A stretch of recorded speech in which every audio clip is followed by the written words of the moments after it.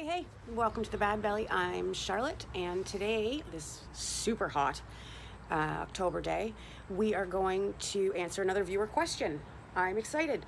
This one came over through Twitter, and someone asked what I did to get ready to go see my dietitian, which is a great question because I know so many of us wait a really long time to get in to see them. I was lucky. I only waited maybe about 10 weeks to get in to see mine, but I know I've been talking with people in the States that have been waiting 6 months or more to get in to see theirs. And I know that their time is really limited. So when I went in, I wanted to make sure I was super organized. That was kind of the first thing. Because I'd been told about the FODMAP diet, it was something that I had researched going into my appointment. And I had a list of questions for her, things I thought I might struggle with. And just, really specific questions, the differences between fibers, things like that. I also took a very detailed food journal. So I tracked this in two ways. The first way I tracked it was using MyFitnessPal, the app, and that tracked the actual intake of food, what I was eating and how much. And then something I had done on my own was I hopped onto Google and I looked up what the daily nutritional requirements were for a woman my age, and I wrote them all down. So I tracked a bunch of different things. I tracked 6 things, actually. I tracked calories, carbs, fat, fiber, protein, and sugar. Sugar because of the pre-diabetes thing, and I was kind of flying blind going into this, so that just seemed like the most logical group of things to track until I was told otherwise. Again, that was one of my questions, am I tracking the right things? After I'd finished figuring out what the norms were and written it all down, I looked up what the nutritional requirements were for a person who had the necrotizing pancreatitis thing.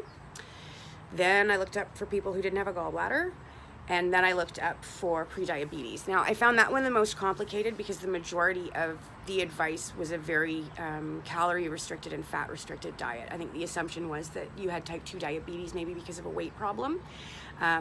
So a lot of these diets were geared towards controlling sugar at the same time as controlling or trying to lose weight so that you could get out of that pre-diabetic range, which is a little different. I'm in a different situation than that. So that was a question that I wrote down for my dietitian. We had a conversation about that. Once I had tracked down the 3 different, for my dietary trifecta of doom, once I had tracked all of those, I sort of came up with what looked like a ballpark average of things. And where I was really unsure, I made a note to talk to her about it. So sugar, for example, I was a lot more limited because of my pre-diabetes than a normal person my age, or even somebody with no gallbladder or with the pancreas problems. So that was something I had to take into consideration. And then with all of my other restrictions, I knew the big thing for me is fiber, trying to get enough fiber in over the course of a day. And with my non-FODMAP restrictions, Tammy, that's my dietitian, is pretty sure that if I can get in 10 grams of fiber a day, it's pretty much a miracle. So what we did at that first appointment, we went in, we did our basic introduction. She was sort of familiar with what I was looking for based on the notes that she'd received from my GP. And then we went over my notes and I showed her what I had and what I'd done. I tracked, so in my food journal, MyFitnessPal tracked the actual food itself. And then what I used this for is I track, so there they are, they're just in alphabetical order: calories, carbs, fat, fiber, protein, sugar. How many grams of each a day? I get that from MyFitnessPal because it tracks all of these things. And then what percentage of my daily requirement did I hit, so that she would know where I was eating, and I would know where I was getting in too much sugar, which was my biggest problem at the beginning. Because I was limited to 25 grams of sugar. So I had days where I was doing like 400% of my daily intake, which isn't great. And I was really embarrassed about it, and I was ashamed about it. But I still put it in the book, because if we're not honest with the dietitian really can't do their job. So as humiliating as it might have been to have this little book, I still wrote it all down, and I took that with me so she could see where all my gaps were.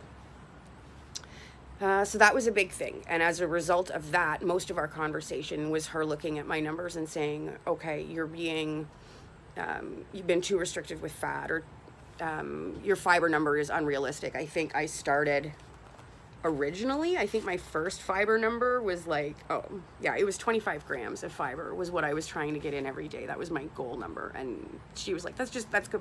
Yeah, that's a great number, and it's a good number for anybody to shoot for, but not you. You're never going to hit it. So, you know, it's not going to work, and it gets discouraging because I'm looking at my percentages and I'm seeing I'm taking in, you know, well, let's look, 24%, 36%, 24%, 8%. That gets a bit discouraging. It makes you not want to track it. So we dropped that. And that made things a lot easier. So the question was, how did I get ready to go see my dietitian? That was kind of the long answer. The really short answer is I had a very detailed food journal. I had a lot of questions for her, and I had done my homework going in. So when she said to me, I see your doctor has recommended a FODMAP diet, I didn't look at her and then we only had an hour, and we did not spend a half hour of it with her explaining to me what FODMAPs were. I already knew what they were, so we could just work off my questions, make sure that she had to make sure that I understood, which was great because I could show her how I had learned and some of the research that I had done. She could let me know if I was on track or not, and it became kind of a partnership through this process. I know it can also be really hard to find dietitians who specialize in FODMAP. Mine does not, which is fine. She's learning too. She's already walked a few people through this. Nobody as restrictive as me, but she's taken a few people through the process, and she's pretty confident. And I'm pretty confident in her too, because the thing that impressed me most was that when she didn't know the answer to one of my questions, she just hopped on Google, or she would go to the Monash website. So that really kind of put my mind at ease. Anyway, I hope that answers your question over on Twitter. Thank you so much for asking. Please keep the questions coming, and I'll be sure to get another one of these out in the next couple of days. Thanks for coming along for the ride.